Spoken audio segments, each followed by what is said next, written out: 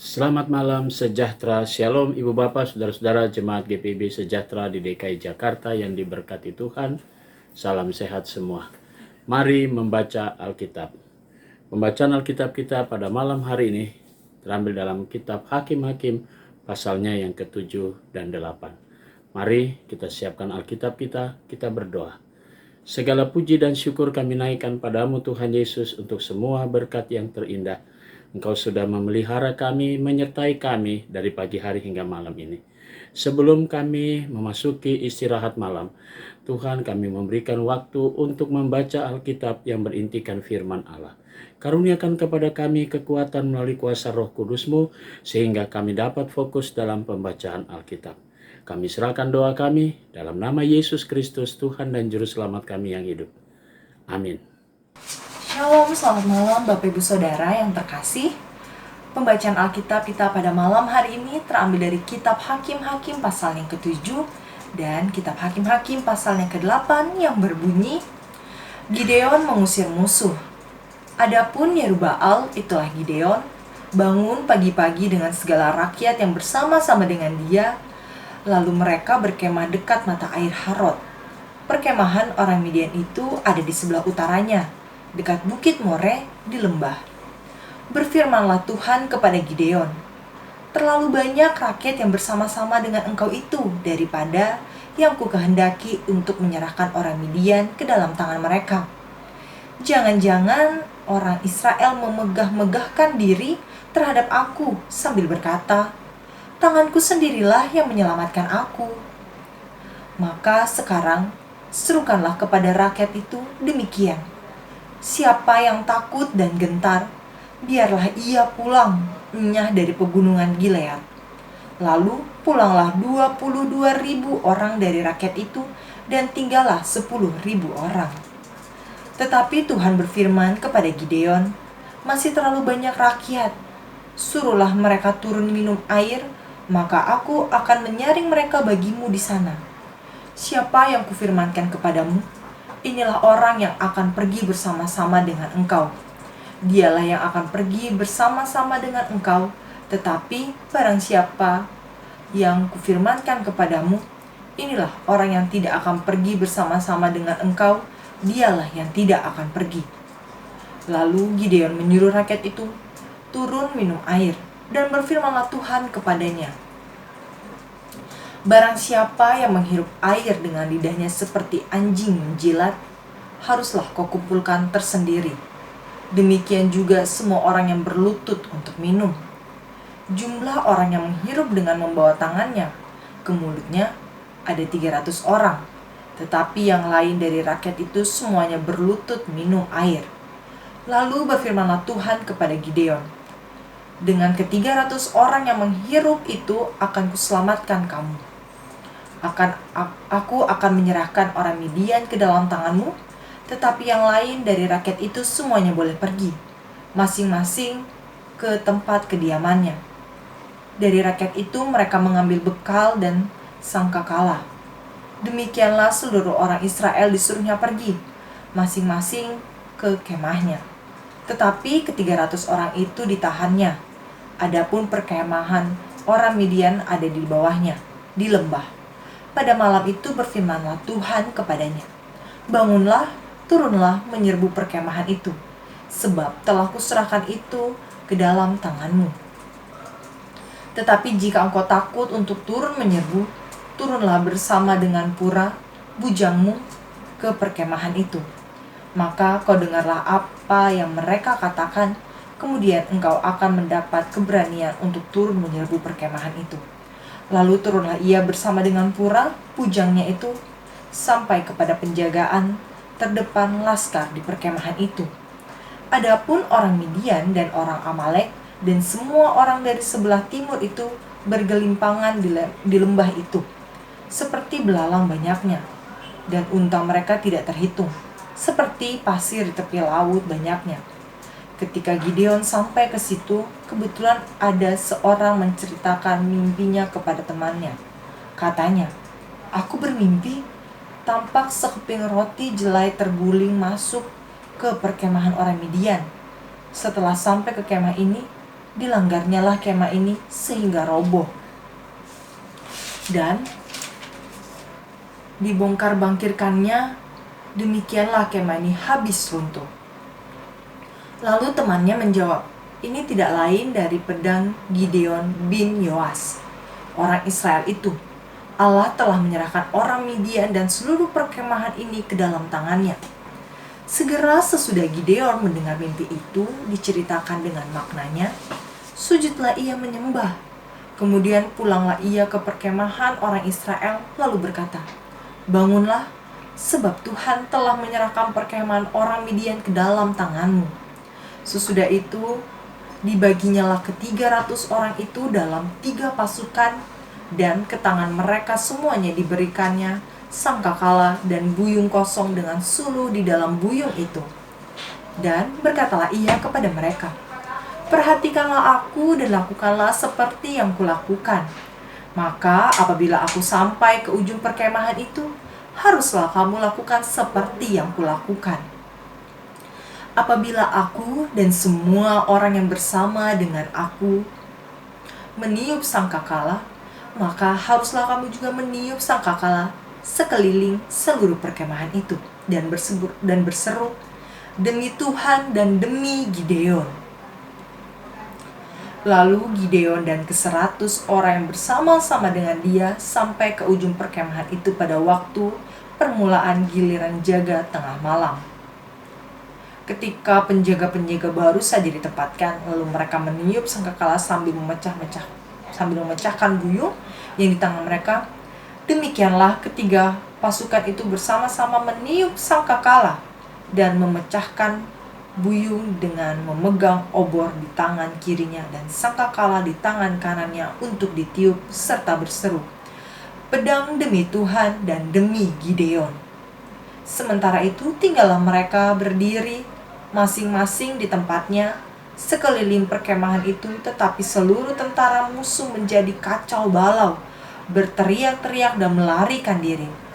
Sedang ke-300 orang itu meniup sangkakala, maka di perkemahan itu Tuhan membuat pedang yang seorang diarahkan kepada yang lain. Lalu larilah tentara itu sampai ke Bet-Shita, ke arah Zerera, sampai ke pinggir Abel Mehola, dekat Tabat. Kemudian dikerahkanlah orang-orang Israel dari suku Naftali dan dari suku Asher dan dari segenap suku Manasye, lalu mereka mengejar orang Midian itu. Gideon menyuruh juga orang ke seluruh pegunungan Efraim dengan pesan, turunlah menghadap orang Midian, dan dudukilah segala batang air sampai ke Bet-bara dan juga sungai Yordan. Maka semua orang Efraim dikerahkan, lalu mereka menduduki segala batang air sampai ke Bet-bara, juga sungai Yordan. Mereka berhasil menawan 2 raja Midian, yakni Oreb dan Zeeb. Oreb dibunuh di gunung batu Oreb dan Zeeb dibunuh dalam tempat pemerasan anggur Zeeb. Mereka mengejar orang Midian itu, lalu mereka membawa kepala Oreb dan kepala Zeeb kepada Gideon di seberang sungai Yordan. Hakim-Hakim pasalnya yang ke-8. Lalu berkatalah orang-orang Efraim kepada Gideon, apa macam perbuatanmu ini terhadap kami? Mengapa engkau tidak memanggil kami ketika engkau pergi berperang melawan orang Midian? Lalu mereka menyesali dia dengan sangat. Jawabnya kepada mereka, apa perbuatanku dalam hal ini jika dibandingkan dengan kamu? Bukankah pemetikan susulan oleh suku Efraim lebih baik hasilnya dari panen buah anggur kaum Abiezer? Allah telah menyerahkan kedua raja Midian itu, yakni Oreb dan Zeeb, ke dalam tanganmu. Apa yang telah dapat kucapai jika dibandingkan dengan kamu? Setelah ia berkata demikian, maka redahlah marah mereka terhadap dia. Orang Midian dikalahkan, raja-rajanya dibunuh. Ketika Gideon sampai ke sungai Yordan, menyeberanglah ia dan ke-300 orang yang bersama-sama dengan dia, meskipun masih lelah. namun mengejar juga. Dan berkatalah ia kepada orang-orang Sukot, "Tolong berikan beberapa roti untuk rakyat yang mengikuti aku ini, sebab mereka telah lelah, dan aku sedang mengejar Zebah dan Salmunna, raja-raja Midian." Tetapi jawab para pemuka di Sukot itu, "Sudahkah Zebah dan Salmunna itu ada dalam tanganmu, sehingga kami harus memberikan roti kepada tentaramu?" Lalu kata Gideon, "Kalau begitu, apabila Tuhan menyerahkan Zebah dan Salmunna ke dalam tanganku, aku akan menggaruk tubuhmu dengan duri, padang, gurun, dan onak." Maka berjalanlah ia dari sana ke Penuel, dan berkata demikian juga kepada orang-orang Penuel. Tetapi orang-orang ini pun menjawabnya seperti orang-orang Sukot. Lalu berkatalah ia juga kepada orang-orang Penuel, "Apabila aku kembali dengan selamat, maka aku akan merobohkan menara ini." Sementara itu Zebah dan Salmunna ada di Karkor bersama-sama dengan tentara mereka, kira-kira 15.000 orang banyaknya, yakni semua orang yang masih tinggal hidup dari seluruh tentara orang-orang dari sebelah timur. Banyaknya yang tewas ada 120.000 orang yang bersenjatakan pedang. Gideon maju melalui jalan orang-orang yang diam di dalam kemah di sebelah timur Nobah dan Yokbeha, lalu memukul kalah tentara itu, ketika tentara itu menyangka dirinya aman. Zebah dan Salmunna melarikan diri, tetapi Gideon mengejar mereka dan menawan kedua raja Midian itu, yakni Zebah dan Salmunna, sedang seluruh tentara itu dicerai berekaannya. Kemudian kembalilah Gideon bin Yoas dari peperangan dengan melalui pendakian Heres. Ditangkapnyalah seorang muda dari penduduk Sukot. Setelah ditanyai, orang itu menuliskan nama para pemuka dan para tua-tua di Sukot untuk Gideon. 77 orang banyaknya. Lalu pergilah Gideon kepada orang-orang Sukot sambil berkata, "Inilah Zebah dan Salmunna, yang karenanya kamu telah mencela aku dengan berkata, 'Sudahkah Zebah dan Salmunna itu ada dalam tanganmu, sehingga kami harus memberikan roti kepada orang-orangmu yang lelah itu?' Lalu ia mengumpulkan para tua-tua kota itu, ia mengambil duri, padang gurun, dan onak, dan menghajar orang-orang Sukot dengan itu. Juga menara Penuel dirobohkannya dan dibunuhnya orang-orang kota itu. Kemudian bertanyalah ia kepada Zebah dan Salmunna, 'Di manakah orang-orang yang telah kamu bunuh di Tabor itu?' Jawab mereka, 'Mereka itu serupa dengan engkau. Sikap mereka masing-masing seperti anak raja.' Lalu kata Gideon, 'Saudara-saudarakulah itu, anak-anak ibuku. Demi Tuhan yang hidup, seandainya kamu membiarkan mereka hidup, aku tidak akan membunuh kamu.'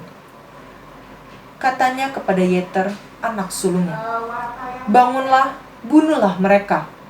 Tetapi orang muda itu tidak menghunus pedangnya karena ia takut, sebab ia masih muda.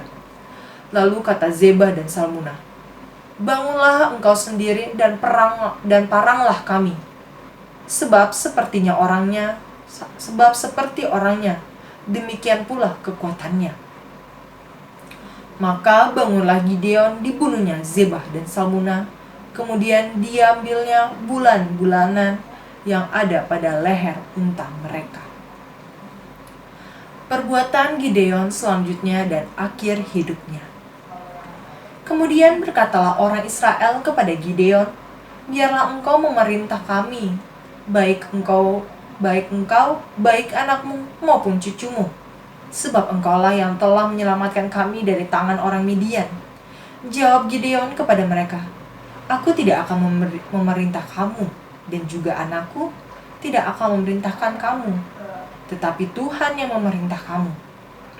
Selanjutnya kata Gideon kepada mereka, 'Satu hal saja yang kuminta kepadamu.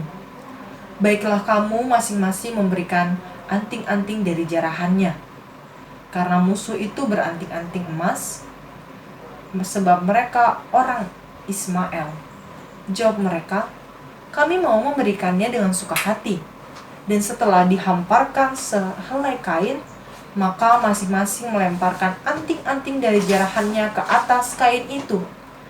Adapun berat anting-anting emas yang dimintanya itu ada 1.700 shikal emas, belum terhitung bulan-bulanan, perhiasan telinga, dan pakaian ungu muda yang dipakai oleh raja-raja Midian. Dan belum terhitung kalung rantai yang ada pada leher unta mereka. Kemudian Gideon membuat efod dari semuanya itu dan menempatkannya di kotanya, di Ofra. Di sanalah orang Israel berlaku serong dengan menyembah efod itu. Inilah yang menjadi jerat bagi Gideon dan seisi rumahnya. Demikianlah orang Midian tunduk kepada orang Israel dan tidak dapat menegakkan kepalanya lagi. Maka amanlah negeri itu 40 tahun lamanya pada zaman Gideon. Lalu Yerubbaal bin Yoas pergilah dan diam di rumahnya sendiri. Gideon mempunyai 70 anak laki-laki, semuanya anak kandungnya, sebab ia beristri banyak. Juga gundiknya yang tinggal di Syekhem melahirkan seorang anak laki-laki baginya. Lalu ia memberikan nama Abimelek kepada anak itu. Gideon bin Yoas mati pada waktu rambutnya telah putih. Lalu dikuburkan dalam kubur Yoas ayahnya di Ofra, kota orang Abiezer. Setelah Gideon mati, kembalilah orang Israel berjalan serong dengan mengikuti para Baal dan membuat Baal Berit menjadi Allah mereka. Orang Israel tidak ingat kepada Tuhan Allah mereka, yang telah melepaskan mereka dari tangan semua musuhnya di sekelilingnya. Juga tidak menunjukkan terima kasihnya kepada keturunan Yerubbaal, Gideon, seimbang dengan segala yang baik yang telah dilakukannya kepada orang Israel. Demikianlah pembacaan Alkitab. Saudara-saudara, mari kita berdoa. Bapa di sorga, kami bersyukur untuk semua penyertaan Tuhan di dalam kami membaca Alkitab malam ini. Saatnya malam menjadi bagian bagi kami untuk kami semua akan beristirahat. Tubuh ini sudah seharian berkarya dan saatnya malam ini kami akan beristirahat. Tuhan, Engkau pelihara kami. Engkau lindungi kami sepanjang tidur malam kami. Besok pagi kami boleh bangun kembali dengan tubuh yang diberkati Tuhan. Kami dapat menjalankan tugas panggilan pelayanan seturut dengan kehendak-Mu. Kami berdoa untuk jemaat GPIB sejahtera di DKI Jakarta. Tuhan Yesus memberkati. Inilah doa kami. Terpuji nama-Mu Tuhan Yesus. Amin. Selamat malam, selamat beristirahat. Tuhan memberkati saudara.